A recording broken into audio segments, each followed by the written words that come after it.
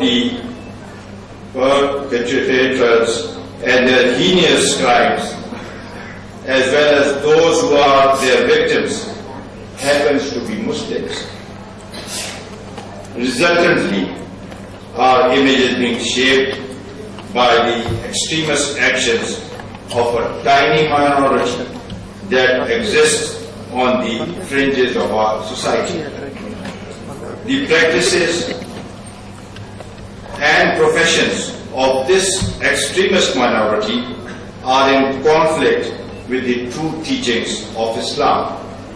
This minority interprets our progressive and forward-looking religion in a very narrow, rigid and static framework.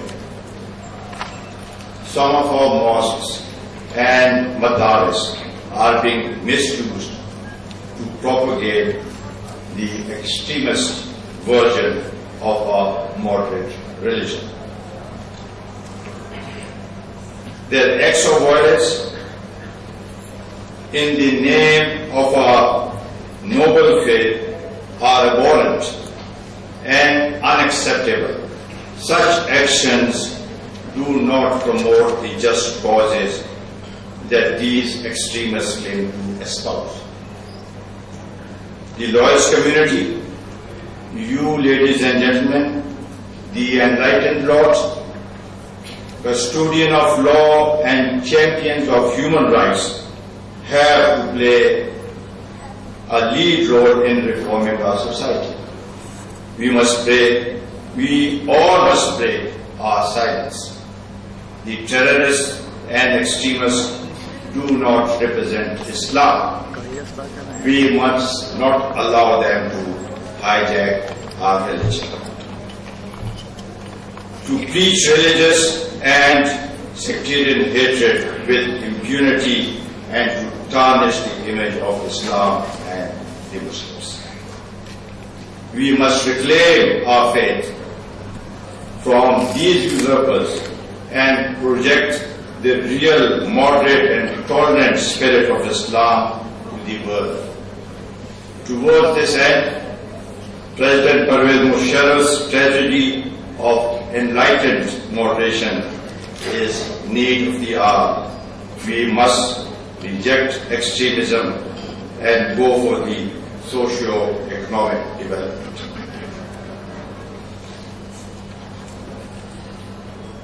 The present government has taken numerous measures to fight the menace of terrorism, sectarian militancy, and extremism.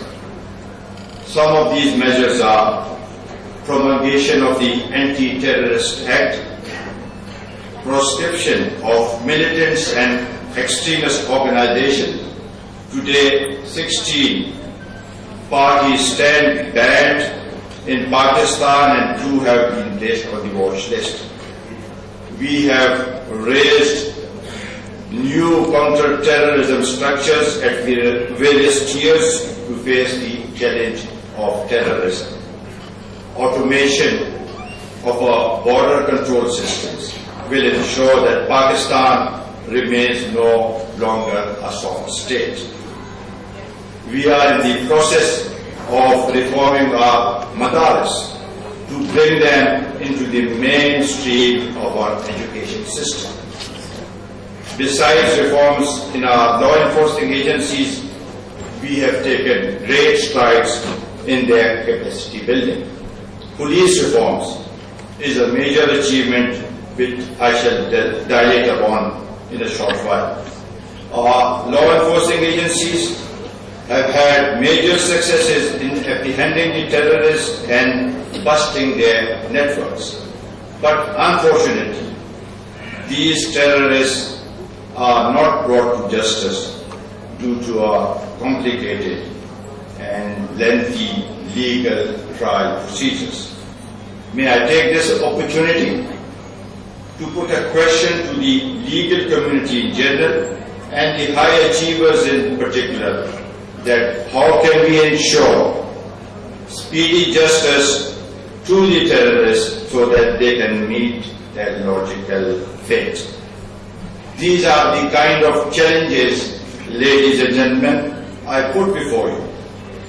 On our part, just the day before, the Federal Cabinet has approved a swift justice draft called Law Reforms Bill 2005, aimed at providing inexpensive and speedy justice to people and redressing the outstanding grievances in the administration of justice. For paucity of time, I will not go into the details, but shall suffice to say that no amount of laws and reforms would bear fruit without support of the bench and the bar, which I am sure would be forthcoming. Ladies and gentlemen, let me reiterate that we are at a defining moment in history. We can either seize the moment and define history, or we can let the moment define our destiny. We must reflect and act quickly and collectively as a nation for the sake of our suffering peoples and of our future generations. We must act to keep alive the immutable message of Islam and the glorious legacy of which we are the heirs. Let me now say a few words about the police reforms. One cannot conceive of a significant improvement in the quality of citizens' life without guaranteeing them a sense of security, and this depends on the police, the principal instrument available for this purpose. If the police is inefficient and ineffective, there will be no peace, and confidence of the people in the government will be eroded. Taking cognizance of this, the Interior Ministry has introduced far-reaching police reforms. Police force is being professionalized. Better training facilities are being provided. Forensic capacity is being increased to improve the rate of conviction and credibility of our criminal justice system. The more than century-old Police Act of 1861 has been replaced with Police Order 2002. The new law gives precedence to service functions over the regulatory and enforcement functions of police. The reforms seek to solicit voluntary cooperation and involvement of the people to make police a citizen-friendly and service-oriented force, to ensure impartial investigations without any fear or favor or influence of the police station officers. The investigation branch has been separated from the watch and ward. Under the new laws, Public Safety and Police Complaint Authority and commissions at the national, provincial and district levels have been established.